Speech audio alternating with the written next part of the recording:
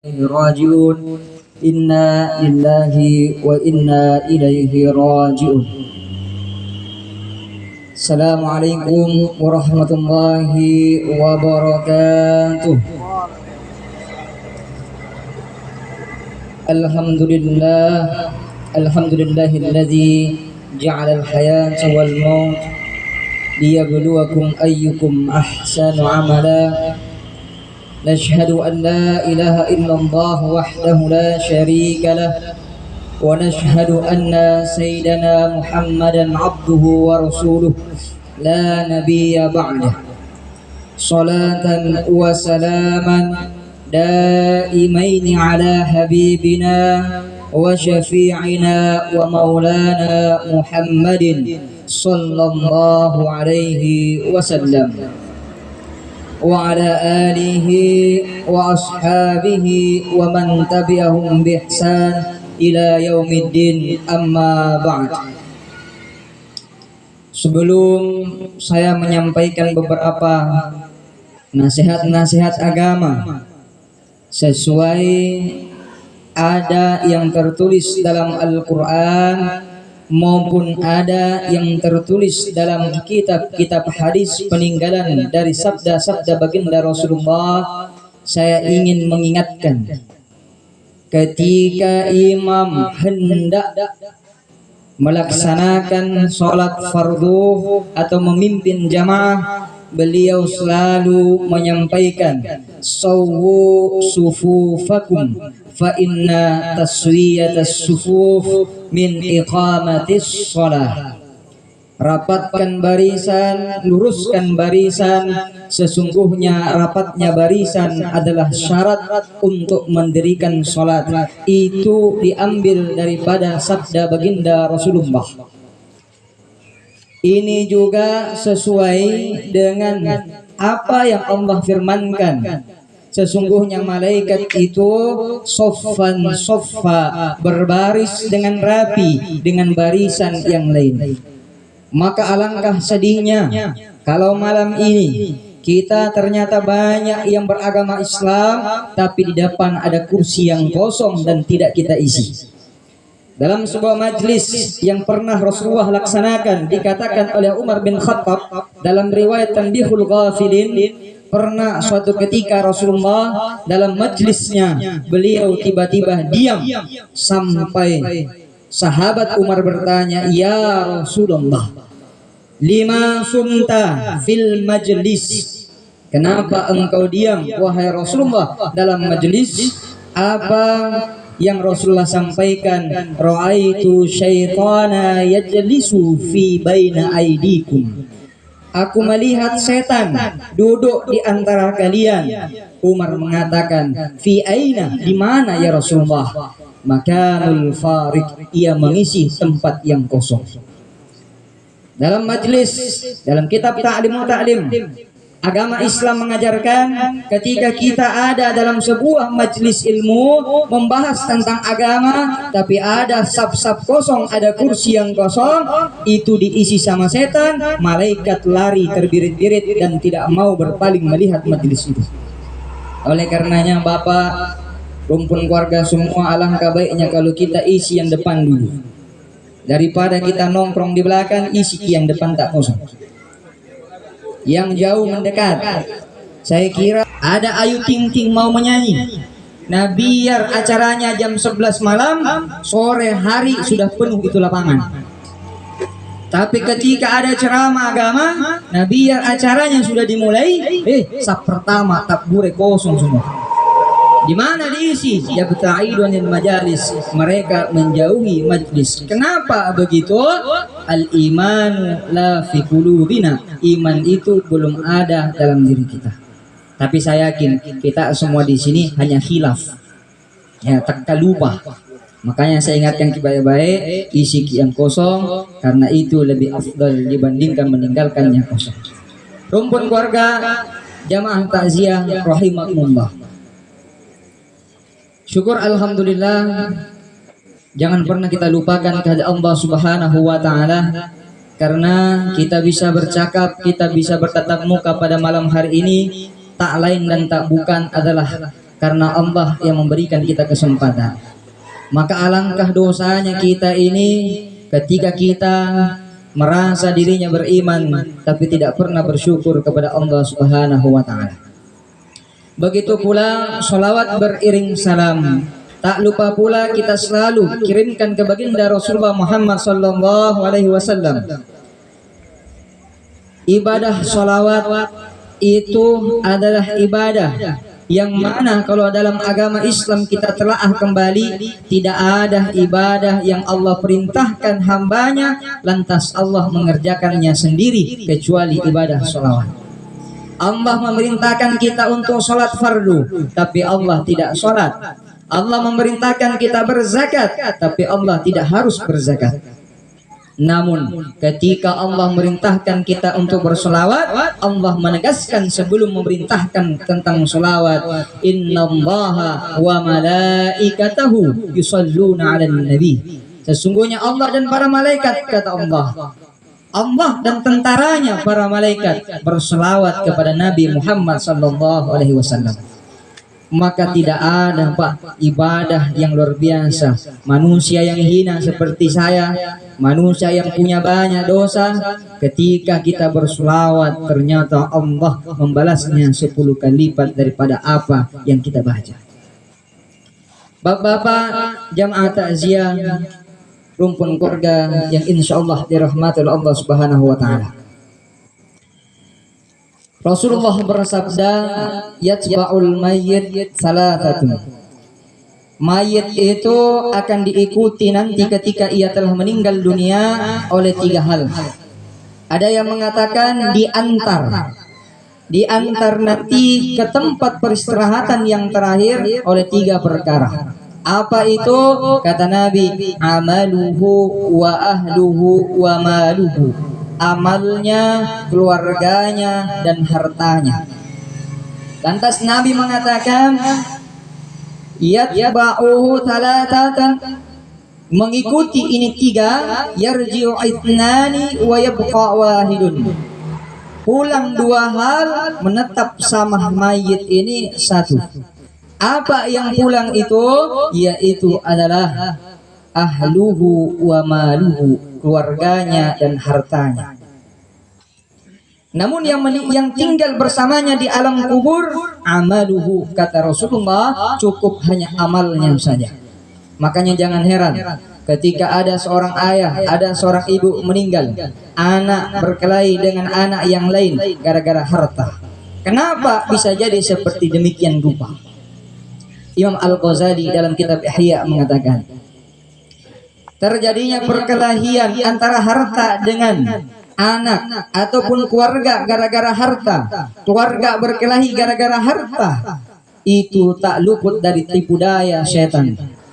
Kenapa setan sampai mudah menipu daya manusia? Karena banyak orang Pak, gara-gara perutnya saja napikirkan semua hal apapun yang ia kerjakan. Manusia ini lupa mengingat Allah karena 2 hal, kata Imam Al-Ghazali. Apa yang pertama? Ia terlalu cinta kepada dunia. Makanya Pak, banyak itu orang, kemarin saya sampaikan, kalau mau masuk DPR berbondong-bondong, pokoknya ia caleg. Bahkan balehonya belum ada pemilihan, perpasang mukanya di mana-mana. Bahkan lebih hebatnya lagi Pak, ketika ada orang caleg yang dulunya setiap hari kalau ketemu kita tidak senyum, di balehonya senyum 24 jam. Bahkan tidak ada lagi Pak, kalau kita lihat baleho sekarang ketika dia mencalonkan sebagai calon legislatif, walaupun dia tidak pernah sembahyang, walaupun dia tidak pernah puasa, walaupun kedosala, tapi ketika sudah mencaleg, Masya Allah, topinya menempel terus di kepalanya. Banyak seperti begini. Kenapa? Cinta pada dunia. Hubbud dunia wa tarkul akhirah. Terlalu cinta dunia. Coba kita bayangkan, kalau ada yang pencalonan tentang imam masjid. Ini berapa masjid di Kecamatan Berau ini Pak, datang ke pesantren mengeluh karena imam. Kenapa mengeluh? Karena imamnya meninggal. Ada imamnya meninggal, ada yang imamnya lari. Ada imamnya yang berkelahi dengan panitia pembangunan. Gara-gara apa? Doi isi kota amal. Ini banyak terjadi di Kecamatan Berau. Datang ke pesantren, imam mengadu, panitia pembangunan mengadu tentang masalah imam. Coba bayangkan, ketika ada pembukaan tentang pendaftaran calon imam, tidak ada yang mau mencalonkan. Tas sorong-sorong toh Pak. Kita sembahyang di sini Kecamatan Berau. Saya ingat sekali di sini. Pak Bupati datang, beliau sampaikan sama saya, Pak, nak, bisa gak nak ada ustadz dari pesantren tugaskan untuk imam di masjid? Iya Pak Haji, kenapa? Wih, kalau lain sarasa mau ke sembahyang jamaah, baku sorong-sorong ke imam. Ini kata beliau, ketika tugasnya imam kita baku sorong-sorong, tapi ketika kita mau mencaleg, ketika ada bantuan BLT, tidak ada baku sorong-sorong iya dimundi. Tidak ada. Ketika ada bantuan BLT, kantor desa penuh, mengantri semua. Tapi ketika azan dikumandangkan sholat, 1-2 aja datang. Ini fakta Pak. Kenapa bisa terjadi sedemikian rupa? Sekali lagi saya ingatkan, hubbud dunia, terlalu cinta kepada dunia, wa tarkul akhirah, dan meninggalkan akhirat. Rumpun keluarga yang sama-sama berbagi duka. Saya pernah baca atau pernah dengar sebuah ceramah mengatakan itu istri kepanjangannya adalah istana surga, tempat ridho ilahi. Itu istri Pak. Sedangkan suami itu kepanjangannya semua uang milik istri. Nah, suami itu adalah semua uang adalah milik istri. Saya katakan orang yang mendefinisikan hal seperti begini, ia lupa tentang akhirat. Bukan masalah uang milik istri, bukan masalah semua milik istri, tetapi ada kewajiban, ada amanah, tanggung jawab yang harus ia laksanakan sebagai seorang suami. Bagaimana pengorbanan seorang ibu ketika ia mengandung seanaknya? Bagaimana ia mempertaruhkan nyawanya hanya demi melahirkan buah hatinya? Sehingga Nabi menyebutkan ibu 3 kali, ummuka, ummuka, ummuka, abuka, ibumu, ibumu, ibumu, baru ayah. Namun karena banyak manusia yang lebih condong kepada cinta dunia, nalupai manang hadis sih, nalupa semua hadis, nalupai ajaran agama. Ini bahaya sekali. Saya ini agak keras kalau masalah agama. Wala tala'abu biddin. Itu jelas sekali, jangan sampai memainkan masalah agama. Banyak itu Pak, seorang penceramah itu menceramah nanti kalau amplopnya tinggi. Kalau Pak Bupati undang pergi menceramah, Mario, semangat. Tapi ketika ada acara-acara kecil diundang, tidak mau datang. Banyak seperti begitu Pak. Tala'ab biddin, mempermainkan agama. Banyak imam masjid mau jadi imam karena nali honornya. Berapa gajinya imam masjid? 5 juta 1 bulan. ACC. Banyak orang yang mau azan karena ada honornya. Banyak orang yang mengaji karena ada honornya. Semua uang. Bahkan sekarang Pak, banyak orang tua memasukkan anaknya jadi penghafal Quran. Orientasinya cuma satu, Pak Ustadz, mudah-mudahan anak saya dapat beasiswa. Banyak Pak. Di pesantren itu sering saya tanya, mau jadi tahfidz atau umum? Anak saya Pak Ustadz mau saya kasih masuk jadi penghafal Quran. Kenapa Ki mau kasihnya jadi penghafal Quran? Wih, kalau penghafal Quran Ustadz, banyak beasiswa, bisa masuk polisi tanpa tes, bisa masuk kedokteran tanpa tes, banyak sekali. Orientasinya adalah keuangan untuk masalah agama. Ini bahayanya Pak. Kita semua ini rumpun keluarga harus hati-hati. Makanya saya ingatkan kembali. Idza mata bunu adama in qata amaluhu illa min thalathin. Ketika anak cucu Adam telah meninggal dunia, semua amal jariahnya terputus kecuali 3 hal. Yang pertama adalah sedekahun jariyah, sedekah. Jangan kiremehkan sedekah. Dalam surah Al-Munafiqun, banyak manusia yang Allah gambarkan meminta kepada Allah Fa yaqulu rabbi laula akhartani ila ajalin qarib fa asaddaqa wa akum minas shalihin. Banyak manusia mengadu sama Allah ketika telah meninggal dunia. Ya Allah, laula akhartani ila ajalin qarib. Ya Allah, kalau bisa nih bangkitkan aku hidup sebentar saja. Fa asaddaqa, maka aku akan bersedekah. Kenapa orang yang di dalam kubur minta dibangkitkan kembali hanya tujuannya untuk bersedekah? Karena sedekah itu adalah luar biasa pahalanya. Luar biasa pahalanya, Pak. Kenapa saya bilang luar biasa? Nabi sudah menegaskan, ketika kamu telah meninggal dunia, masuk ke alam kubur, banyak dosa yang kamu bawa, tapi karena kamu pernah bersedekah di masjid, kamu bersedekah di sekolah pesantren, kamu pernah bersedekah bangunan yang ditempati untuk orang beribadah, maka selama itu tempat masih ada, datang terus pahala-pahala tambahan daripada amal-amal. Itu luar biasanya. Makanya dalam Al-Quran itu Allah banyak orang mengatakan ketika kita telah meninggal dunia, laula akhartani ya Rabbi, ya Tuhanku, laula akhartani ila ajalin qarib fa asaddaqa wa akum minas shalihin. Kalau bisa nih aku dibangkitkan kembali kepada waktu walaupun sebentar, maka aku mau bersedekah dan aku pengen menjadi orang-orang yang soleh. Bapak-bapak, rumpun keluarga yang sama-sama dirahmati Allah Subhanahu wa taala.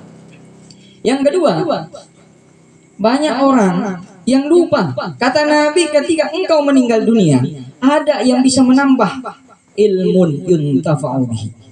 Ilmu yang bermanfaat bagimu. Ini sekarang banyak anak sekolah bukan cari ilmu, cari ijazah, Pak. Banyak pergi dari rumahnya pakai baju sekolah, tapi tidak sampai sekolahnya. Saya selalu katakan di mana-mana, coba bapak-bapak, ibu-ibu buka matanya lebar-lebar. Etiskah, layakkah ketika kita melihat anak yang masih berbaju SD, ketika kita melihat anak yang masih berbaju sanawiyah atau SMP, waktunya pagi dia pergi sekolah, tapi yang terjadi ialah mampir di warung merokok di depan warung. Sadar, ini agama penting, Pak. Coba lihat anak-anak sekarang pulang tengah malam, tidak ada perhatikan. Ayamnya tidak ada pulang, mencari. Banyak juga orang tua yang punya usaha burung walet, subuh-subuh jam 3 subuh natung ini burung waletnya. Pokoknya bangun subuh, bagaimana burung walet? Pergilah. Bukan sholat, bukan anaknya cari. Sehingga banyak anak-anak yang tidak pulang ke rumahnya, biasa-biasa aja orang tua. Ini bahaya, Pak. Ini bahaya. Kenapa bisa seperti begini? Tidak adanya ilmu. Makanya Allah menegaskan dalam Al-Quran, hal yastawil ladina ya'lamuna wal ladina la ya'lamun. Apakah sama antara orang yang memiliki ilmu dengan tidak? Jelas jawabannya tidak sama. Apakah sama orang tua yang paham akan agama dengan yang tidak paham akan agama? Tidak. Tidak akan sama. Apakah sama antara orang yang sholat mengerti kalimat Allahu Akbar, paham apa maknanya Allahu Akbar, dengan orang yang tidak paham apa maknanya Allahu Akbar? Tidak akan sama. Apakah sama bacaan orang Al-Fatihah ketika dia baca Iyyaka na'budu wa iyyaka nasta'in, dan ia paham artinya, dengan orang yang hanya sekedar membaca? Tidak akan sama. Tidak akan sama, Pak. Karena tidak samanya inilah yarfa'illahu alladhina amanu minkum walladhina utul ilma darajat. Allah mengangkat derajat orang yang berilmu, bukan hanya beriman tapi juga orang yang berilmu. Kenapa sampai pentingnya ilmu? Karena memang nanti ketika kita mati, Pak, tidak ada yang bisa tambah amal-amal tak kecuali ilmu yang bermanfaat. Sekarang ini kan banyak, Pak, anak muda itu biasa malam-malam. Bahkan ada orang tua juga. Pernah saya datang ceramah kalau tidak salah di Lanosi. Lanosi, Pak. Dalam adaan takziah seperti begini, itu anak muda di belakang. Banyak anak muda. Tapi semua pegang HP. Tidak tahu bilang, Pak. Ya Pak, ceramah ini suka tembak-tembak. Suka singgung-singgung. Saya dapati, saya lihat. Apa nak kerja, Pak? Main skater. takziah, main skater, main game, main domino. Banyak manusia seperti begitu, Pak. Ada tuh bertanya, Pak Ustaz, rajin saya bersedekah? Ada anak muda di Lawu, Pak, bercanda sama saya. Hei, Ustaz, rajin saya bersedekah? Sedekah apa itu? Saya itu 1 miliar tiap malam bersedekah. 1 miliar. Nah, tidak ada jam kerja, tidak ada kebunmu, tinggal hanya di kopinya dasir saya, mengopi dari pagi sampai sore. Ada sih lagi di situ. Malam ada sih lagi. Bagaimana kamu bersedekah 1 miliar? Hartamu luar biasa. Kenapa tidak kasih haji mama? Apa Nabi bilang? Sedekahku saya Ustaz lewat HP. Apa itu? Chip bagi-bagi. Saya bilang itu chip bukan dibagi-bagi, tapi melalaikan orang yang kita bagikan chip untuk main lagi. Seharusnya seorang suami pulang melihat istrinya, melihat keluarga yang ada di rumah ditinggalkan. Kenapa ditinggalkan? Keasikan main domino. Seharusnya subuh dia sholat berjamaah. Kenapa dia ketiduran? Karena sampai jam 3 itu batutun jamaah. Skater. Dan ini semua, Pak, nah biar lato-lato, bapak-bapak, nenek ada tuh juga yang merasa dirinya seperti begitu. Mohon maaf, ini singgungan keras. Kalau tersinggung alhamdulillah, kalau tidak tersinggung mati tajam nih. Utambai. Rumpun keluarga yang sama-sama berbahaya. Jadi sedekah dengan ilmu ini harus dikaitkan dengan agama. Agar apa? Agar nanti ketika kita meninggal, amal kita terus bertambah, biar kita menjadi ahlul jannah. Namun poin yang 3 ini yang paling penting dan harus saya tegaskan. Apa kata Nabi? Ketika ada orang yang meninggal dan meninggalkan waladun salihun, anak yang soleh, anak yang taat beribadah kepada Allah, yad'u lahu, ia berdoa, Allahumma ghfirli wa liwalidayya, ya Allah ampunilah dosaku dan dosa kedua orang tuaku. Maka Allah akan menjadikan doa ini sebagai tambahan amal bagi orang tuanya. Luar biasa. Nah, sekarang banyak anak-anak tidak bisa mengaji. Pernah anak santri itu, saya tanya, meninggal nih bapak, datang ambil ijazah. Nah, saya bilang tidak bisa ambil ijazah kalau tidak bisa mengaji. Saya tanya, mana bapak? Meninggal nih Ustaz. Sering diziarahi? Sering. Apa mau baca kalau masih ziarah? Yasin Ustaz. Bisa juga mengaji. Ustaz, kan ada mi HP sekarang Ustaz. Buka ke YouTube surah Yasin, dengarkan. Coba bayangkan, Pak. Apa jadinya ketika kita sudah dalam kubur, datang anak tak bawa elektron, nah putar kaset mengaji. Ya Allah, yang mengaji cuma radio, yang mengaji cuma kaset, yang mengaji cuma HP. Anak tak mohon betul sambil main skater. Merasa sedih kita, Pak. Pasti akan sedih. Maka anak ini adalah titipan oleh Allah Subhanahu wa taala. Maka Allah mengatakan, al-malu wal banuna zinatul hayatid dunya. Luar biasanya anak. Allah menegaskan anak itu, harta itu zinatul hayatid dunya, perhiasannya dunia. Banyak anak-anak itu ketika lahir bahagianya orang tuanya. Anakku gagap. Anakku cantik. Nah, biar ada anak-anak 10 anak-anak berbaris di situ, ada anaknya. Nah, biar anaknya malotong, tapi kalau ada anaknya orang berbaris di situ, tetap anaknya yang paling gagah. Bangga, Pak. Bahkan kadang-kadang orang setelah menikah yang bertanya apa? Bukan lagi sudah menikah, berapa anaknya? Baru 1. Saya 3. Bangga. Semakin banyak anaknya bangga. Memang karena perhiasan dunia, Pak. Ada biasa orang tua anaknya terakhir, nah kasih masuk pesantren, baru 1 malam pisah sama mamanya, mamanya yang datang ke pesantren menangis. Kenapa? Karena anak adalah zinatul hayatid dunia, perhiasannya dunia. Begitu juga kendaraan, Pak. Harta, lihat baik-baik ketika ada kendaraan baru, Pak. Sering sekali terjadi tuh, punya kendaraan baru, dilap setiap hari sampai kinclong. Mobilnya baru keluar, natungkai. Ada gelece ini? Nah, alhamdulillah tak lecet. Ada tak gores sedikit, sakit kepalanya 7 keliling. Lepong. Siapa sih gores? Nah, sayang betul. Nah, bersihkan. Karena mobil itu perhiasan, perhiasan dunia. Banyak orang berbangga. Rumah kalau jelek banyak orang tidak mau.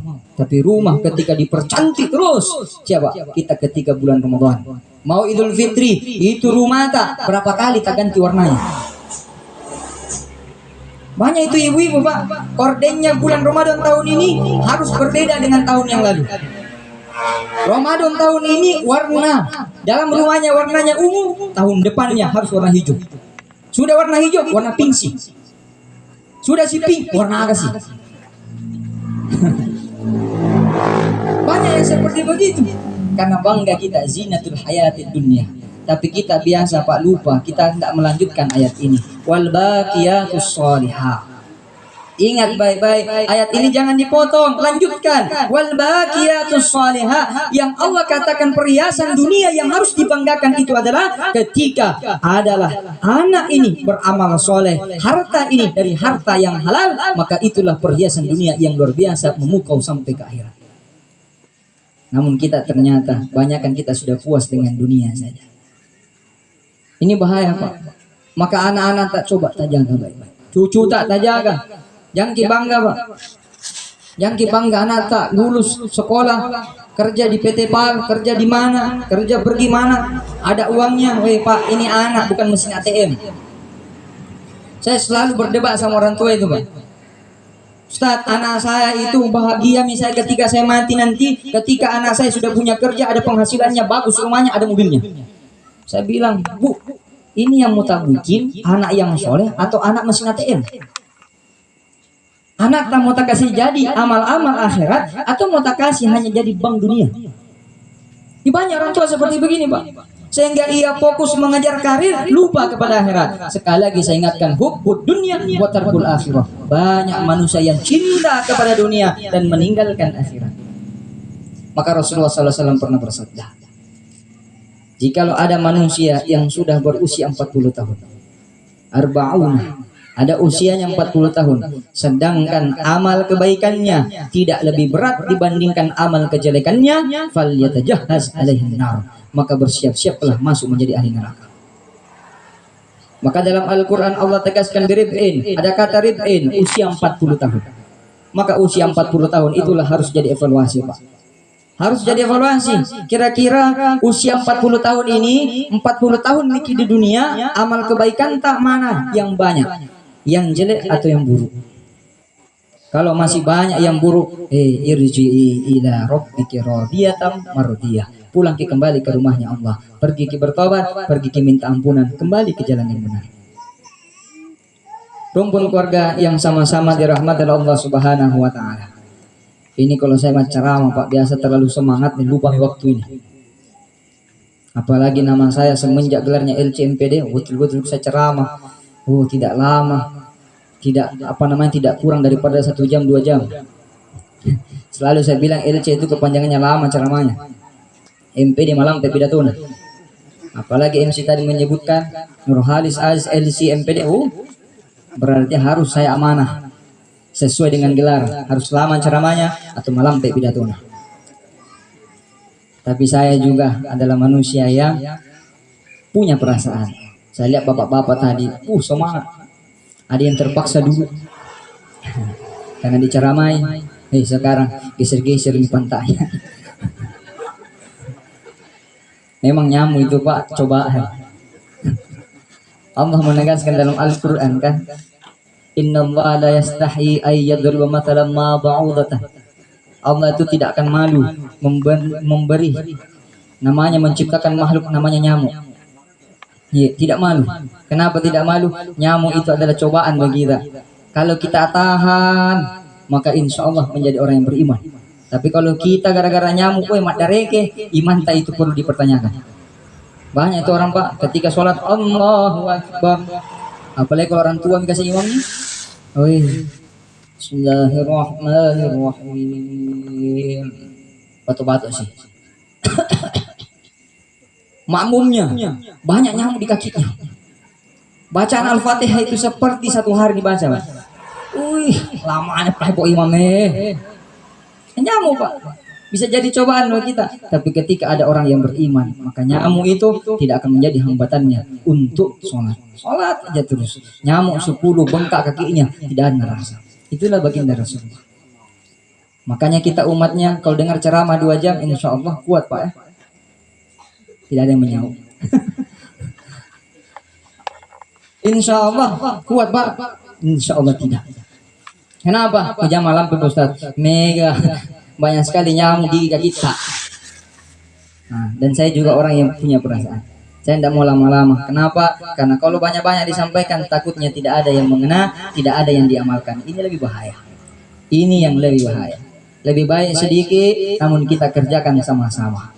Maka malam ini, ketika telah selesai sampaikan sabda Rasulullah tentang 3 hal, sedekah. Yang pertama, ilmu. Yang kedua, 3 anak yang soleh, maka saya harap besok Pak mulai sembahyang subuh sedekahkan waktu tak pergi sholat subuh.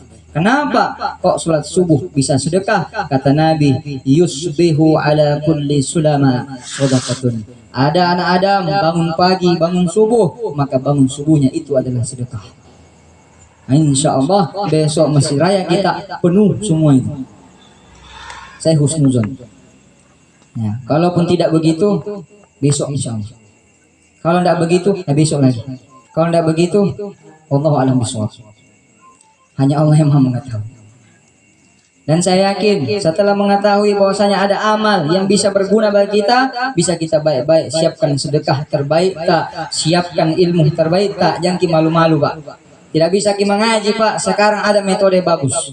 Salah satunya metode tasbih. Metode tasbih itu adalah metodenya Guru Tak Junaid Sulaiman dengan almarhum Guru Tak Ki Husaifah. Nah gabung seorang murid. Ada anak yang Allah titipkan kepada almarhum Gurunda Dr. K. Haji Abdul Aziz Rajmal. Ada anak Nadiri dari kecil, dari Kalimantan. Dari kecil Nadiri sampai selesai, sampai kawinnya Nabi Ayai. Ternyata anak itu sekarang menjadi Profesor Dr. K. Haji Rahmat Muhammad Agus Tasbih SAG MM. Beliau mengarang kitab namanya sebuah metode cara cepat membaca Al-Quran. Kalau mungkin nanti datang, ada di pesantren tanggal 25 sampai tanggal 28. Kalau mau ikut ke sana. Yang merasa dirinya belum bisa mengaji, masuk di situ, ikuti seminarnya. Bukan promosi ini Pak, cuma iklan. Nah, biar apa? Biar kita semua ini bisa mengaji. Ya, biar bisa mengaji. Karena banyak orang tua kasihan saya lihat malu nih untuk belajar. Maka kemarin saya bilang sama kakak saya, Kanda, ini ada banyak orang tua yang mau mendaftar. Saya pisahkan dengan anak-anak yang masih muda. Saya iya, pisahkan. Biar apa? Biar orang tua tidak minder belajar sama anak-anak kecil. Maka alhamdulillah insya Allah jika ada dari kita berkenan untuk memperbaiki, mencari ilmu, cara cepat belajar Al-Quran, datang saja ke pesantren tanggal 25, 26.